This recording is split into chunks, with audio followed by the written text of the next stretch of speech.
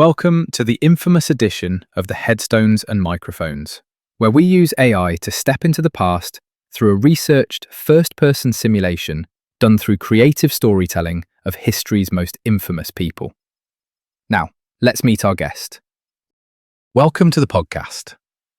Let's start at the absolute beginning, where the public narrative hasn't yet distorted who you were. When and where were you born, and what was your given name? I was born on May 10, 1838, on our family farm near Bel Air, Maryland.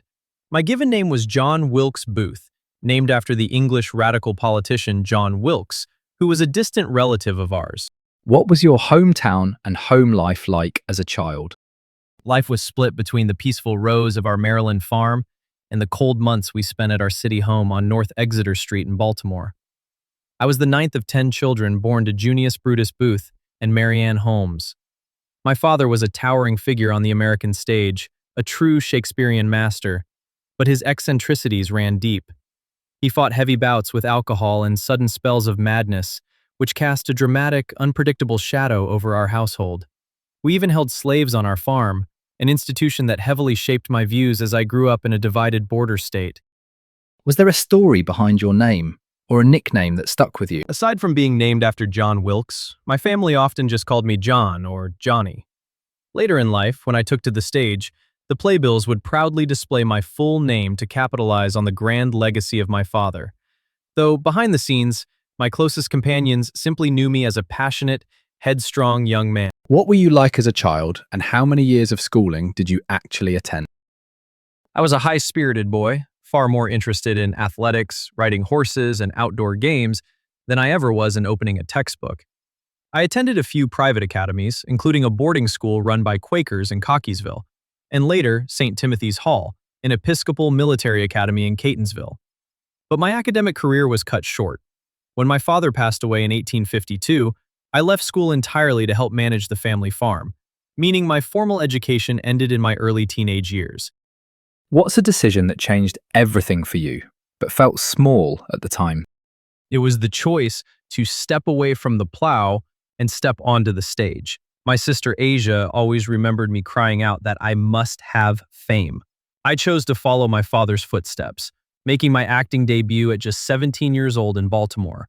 That single step into the theater changed my path from a quiet Maryland farmer to a prominent public figure traveling the country, completely reshaping the trajectory of my life. Let's talk about your early run-ins with the law. Before the world knew your name for your most infamous actions, what was your very first arrest or interaction with law enforcement, and what were the consequences? Before April of 1865, I did not have a standard criminal record or early juvenile arrests that hindered my career. My early friction wasn't with local police, but rather with the shifting political landscape.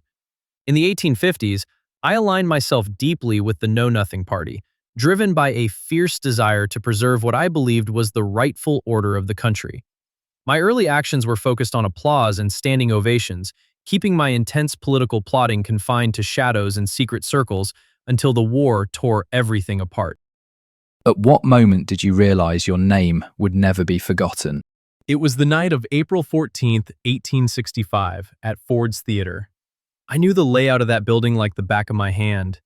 I walked right into the presidential box, fired that single fateful shot into the back of Abraham Lincoln's head, and grappled with Major Rathbone. When I leaped from the balcony down to the stage, my spur caught on the decorative Treasury flag, causing me to break my left leg upon impact. Yet I stood, brandished my dagger, shouted, "Sic Semper Tyrannis!" to the stunned crowd, and escaped into the night. The moment I rode out of Washington, I knew the national media frenzy would ensure my name would echo forever. Did fame make you more dangerous, or did it simply expose who you already were? My fame as a leading actor gave me the perfect camouflage. It allowed me to move freely, to mix with high society, and to step into Ford's Theater without raising a single eyebrow. But the war and the pending defeat of the South pushed my long-standing convictions to a boiling point. For months, I had worked with co-conspirators on a plan to kidnap the president to force a prisoner exchange. When our cause was almost lost, my resolve hardened. The notoriety didn't change my heart, It merely gave me the grand, tragic stage to execute what I believed was a necessary, decisive blow for my country. Who do you believe betrayed you first? A person, society, or your own instincts? Society betrayed me first. I thought I would be hailed as a grand hero, a savior of the South. Instead, when I hid in a pine thicket in southern Maryland, starving and cold, reading the newspapers supplied to me, I found only vicious condemnation. The very people I sacrificed everything for extended only cold hands. Later, at the Garrett farm, the family grew terrified and locked my companion David Harold and me inside their tobacco barn, essentially handing us over to the Union cavalry. What was your most unique habit or a random fact about you that would surprise people? People might be surprised to know that even while running for my life through swamps and woods, I kept a small red leather 1864 appointment book in my pocket that I used as a diary to record my final thoughts. In the pockets of that very diary, I carried photographs of 5 different women. Even in the depths of a manhunt, pieces of my dramatic, romantic life as an actor remained with me. What did the public never understand about the pressure you were under at the time? They looked upon me as a common cutthroat, comparing me to a monster, when in my heart, my action was completely pure. I knew no private wrong and hoped for no personal gain. The public didn't see the agony of riding 60 miles that first night, the broken bone of my leg tearing through my flesh with every single jump of the horse, while carrying the weight of a dying nation on my shoulders. Did you have any known rivalries that defined your career? My defining rivalry wasn't with a fellow actor, but with the man I viewed as a total tyrant, Abraham Lincoln. I viewed him as the sole instrument of my country's destruction and the architect of a forced union that I could never love. What personal battles were you fighting privately while the world was watching? Privately, I was fighting the sheer physical torment of my shattered leg. It was improperly set by Dr. Samuel Mudd during my escape, leaving me in constant, agonizing pain. I was hunting for safety, completely abandoned, fighting off the biting cold, wetness, and starvation while dodging the federal dragnet. What was your darkest moment, and was there ever a time you wanted to walk away from it all? My darkest moments were spent hiding in that pine thicket, hunted like a dog, realizing that the government would never allow my side of the story to be printed to clear my name. I felt the curse of Cain upon me.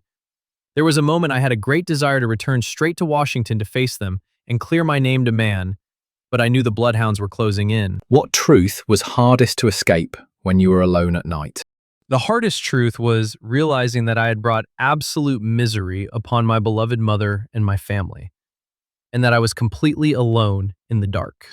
When the law finally closed in, how exactly were you brought to justice? Walk me through the final arrest, the charges that ultimately stuck, and the legal outcome of your trials. On April 26, 1865, the 16th New York Cavalry tracked us to Richard Garrett's tobacco barn near Port Royal, Virginia. They surrounded the barn and demanded our surrender. David Harold gave himself up, but I refused, demanding to be allowed to come out and fight bravely with my pistol and knife. The soldiers set the barn on fire to flush me out. As I moved through the smoke, Sergeant Boston Corbett shot me through a crack in the barn wall, severing my spinal cord. I never faced a courtroom or formal charges. I died on the porch of the Garrett farmhouse a few hours later. What's the craziest rumor ever told about you? And what part of your story has been exaggerated the most? For ages, people debated the exact nature of my escape and whether I broke my leg directly from the leap or later during the flight. I wrote explicitly in my diary that night that in jumping, I broke my leg.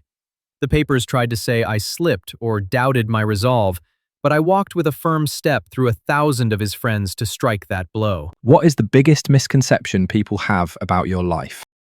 The biggest misconception is that I acted out of malice, hatred, or a desire for personal glory. I did not hate Lincoln as a man, nor did I wish to shed blood needlessly. I truly believed I was acting as an instrument of God's punishment, performing a righteous deed just as Brutus was honored for striking down Caesar. What would surprise people most about your ordinary human side? Despite the violent end, I didn't consider myself a violent man. In my final diary entries, I wrote that I blessed the entire world and had never hated or wronged anyone in my personal life, before that fateful night. When, where, and how did you pass away? I passed away on the morning of April 26, 1865, on the porch of the Garrett farmhouse near Port Royal, Virginia. I died from the gunshot wound to the neck fired by Boston Corbett, completely paralyzed as my lungs slowly failed. Was your downfall caused more by your own flaws or by the world changing around you? It was a mix of both, but heavily because the world I loved was crumbling. The forced union was not the country I loved, and I simply had no desire to outlive the Old South. What past regrets did you carry with you to the end? If you could erase one decision from your life, would you? Or was it necessary to become who you were? I explicitly stated that I could never repent the blow I struck, though we hated to kill. My only regret was that the world could not see my heart or the purity of my motives. I looked at my hands right before I died and muttered my final words. Useless. Useless. What scared you more? Getting caught? Losing power? Or being forgotten? Dying like a common criminal scared me the most. I wrote that I had too great a soul for such a fate, and I prayed continuously that God would at least let me die bravely. When you look back now, do you see yourself as the villain, the hero, or something in between? The world has painted me as the ultimate villain, a common cutthroat, but I died viewing myself as a patriot who sacrificed everything, fame, wealth, family, and life itself, for the country and the principles I held dear. Do you have any closing remarks about the interview or the stories you shared that you would like to share with the listeners before signing off? I only ask that history looks past the theater reviews and the anger of that era to understand that a man's heart can be driven to extremes when he believes his homeland is facing total tyranny. And that wraps up another conversation from Beyond the Grave. Thanks for joining us on the Headstones and Microphones podcast. Remember, do better with the life you have been given and choose to do good in this life. Please help spread the word by sharing and following the pod.